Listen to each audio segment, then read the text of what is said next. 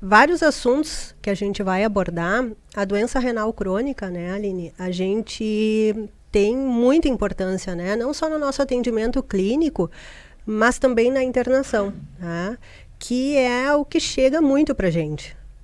E aí eu queria que tu falasse, vou te chamar de Du, porque aqui a ideia não é ter formalidade, a gente está aqui cheia de formalidades, mas a ideia justamente assim é um bate-papo, né, para que quem esteja nos vendo consiga entender um pouco, né, como é que a gente faz o diagnóstico, como que o paciente, né, ou o tutor em casa, né, consiga ver o seu pet. Eu como clínica, né, porque apesar de ser especialista, ser oncologista, trabalhar mais na parte de cirurgia, eu não largo a parte de rotina clínica, né? Gosto de atender na rotina clínica. Chega para mim no atendimento com a queixa, tá tomando muita água, tá fazendo muito xixi. Normalmente eles acham que é diabetes, né? É fato. Ai, doutor, eu acho que tá com diabetes. Então eu gostaria que tu falasse um pouco sobre a doença renal crônica, como que são, né?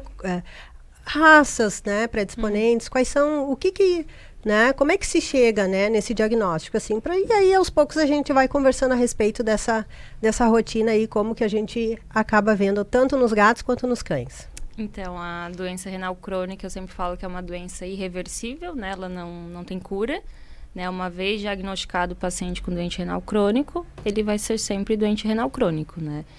E é uma doença progressiva, então por isso que é muito importante a gente já diagnosticar ali nos primeiros estágios da doença renal, porque quanto antes a gente diagnosticar, mais qualidade de vida a gente vai conseguir fornecer para o paciente, né? Deixa eu... De exames, assim, né? O que eu vejo? Eu pego muito, assim, porque... tem vários pacientes que chegam com várias comorbidades já associadas, né? E a gente fala muito assim, questionamento deles, né? Doutora, mas já tá, o outro veterinário falou que tá com 70% já de perda dos rins, né? Como é que a gente explica isso, né? Eu explico da minha forma, né? Eu brinco, às vezes não sei se eu minto, eu me sinto... eu ainda falei assim, o podcast pode me ajudar, como pode acabar com a minha carreira, né? Porque eu sou meio despojada para explicar isso no consultório. Mas assim, eu tento explicar da melhor forma possível, justamente para explicar toda essa funcionalidade. Porque eu digo, olha, os rins, eles são muito importantes, né? Sim. Não é só essa função da creatinina, não é? Tem toda uma função, né? Eu sempre digo que os rins é o que paga o pato pelo organismo todo, né? Então, tudo que acontece em todos os órgãos acaba sobrecarregando esses dois caras aí. E os primeiros exames, né, importante, é a ecografia abdominal, né? Então, se a gente já tem alguma alteração morfológica nesses rins, a gente já pode considerar o paciente doente renal crônico, né? Existem outros exames também que a gente pode fazer, que são de urina, que é extremamente fundamental, né? E o exame da creatinina é um exame um pouquinho mais tardio, né? Que às vezes o clínico se baseia muito na creatinina, só que ela só vai apitar ali com 75% de lesão renal já acontecendo. Então, normalmente, já é um paciente que está numa fase mais avançada do estágio da doença renal, né? E que a gente fica mais limitado com outras comorbidades também para a gente conseguir tratar e ajeitar. Então, o principal é a ecografia, exame de urina. Tem o exame do SDMA também, que a gente acaba detectando com 25% de lesão. E esses exames de check-up, né, a cada 6 meses a gente indica. Existem algumas raças que são predispostas a desenvolver a doença renal juvenil, né, que é o Lulu, Golden, Shih Tzu, né? Shih Tzu, quando eu vejo bastante isso, né, em cirurgia, né, OVH, as castrações eletivas, assim, a gente pede uma série de exames e aí tem uns que ainda dizem, não, mas eu gostaria de fazer um ultrassom, e a gente pede e aí acaba vendo lá que tem, né? Hoje em dia a gente já tem indicação de antes da castração, além dos exames de sangue que já são realizados, fazer ecografia abdominal, porque tem muitos pacientes que têm displasia renal, né? É uma rotina muito importante e que às vezes o tutor só acaba descobrindo depois da castração, onde o paciente já está numa injúria renal aguda, né? Exato. Bom, a gente tem pacientes, né? Com displasia renal, então são pacientes que quanto antes a gente descobrir a doença renal, melhor, porque a gente sabe que é um paciente que tem uma comorbidade importante, Não vai ser qualquer medicação que ele vai poder tomar, não é qualquer dose que ele também vai poder, o clínico geral vai poder passar de qualquer medicação, né? Então tem que ser um paciente sabendo que tem uma comorbidade, que a gente vai ter que fazer estadiamentos mais recentes, né? Normalmente um paciente crônico é avaliado a cada 4 meses por mim, dependendo do indivíduo, cada um é diferente, né? Mas a cada 3 meses, 5 meses, vai depender aí do estágio da doença renal que a gente encontra eles. Não esquecendo dos gatos. Exato. Também, né? Exato. Então, a gente tem bastante, a cada 3 felinos, um é diagnosticado com doença renal, né, Aline? É uma casuística bem grande. E a gente sabe que também tem as raças predispostas, que é a Persa, Himalaia, né? A gente acaba tendo, às vezes, os rins policísticos também, que são super importantes. Gato é uma coisa que complica bastante, porque geralmente, pelo menos na minha clínica, o que eu mais pego é... dente, vamos fazer uma profilaxia. Doente renal crônico, né? Exato. Geralmente, olha, eu não lembro, assim, nos últimos 2 anos de algum gato que eu recebi com queixa de doença renal crônica, assim, com sinais clínicos, né?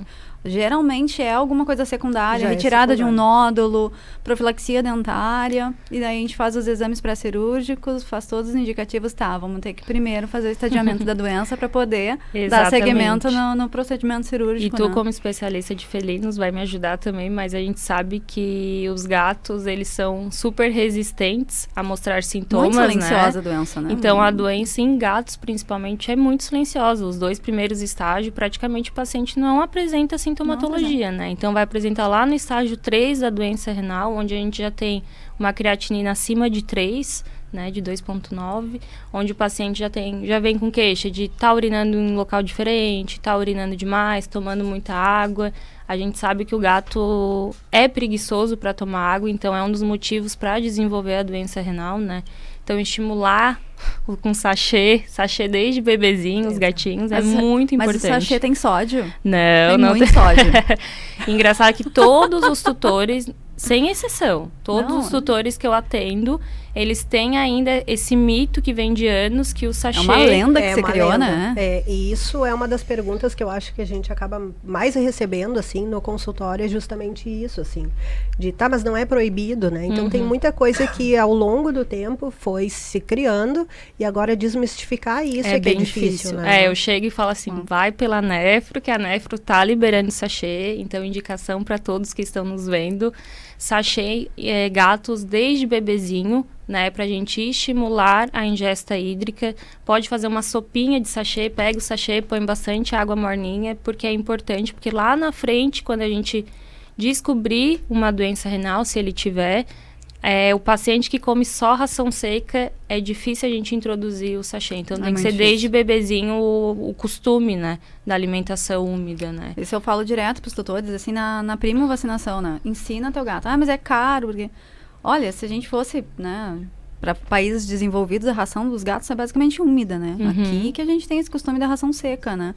Eu sempre digo, mas mesmo que não seja uma coisa diária, 1, 2, 3 vezes por semana, ensina esse gato. Porque um gato de 10 anos que não conheceu o sachê, ele não vai comer. Não vai mesmo. Ele não vai. É muito complicado.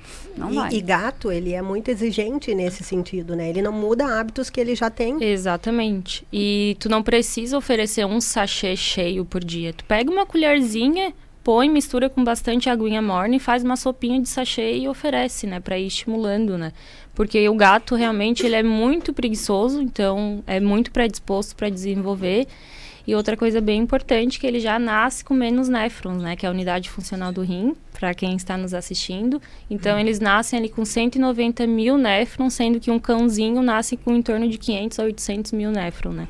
Então, olha a diferença que tem. Então, ele já tem essa predisposição Falando também. Que um cão vive aí 18, 17, algumas raças. Um gato, eu já vi gato de 25. Exato. Então,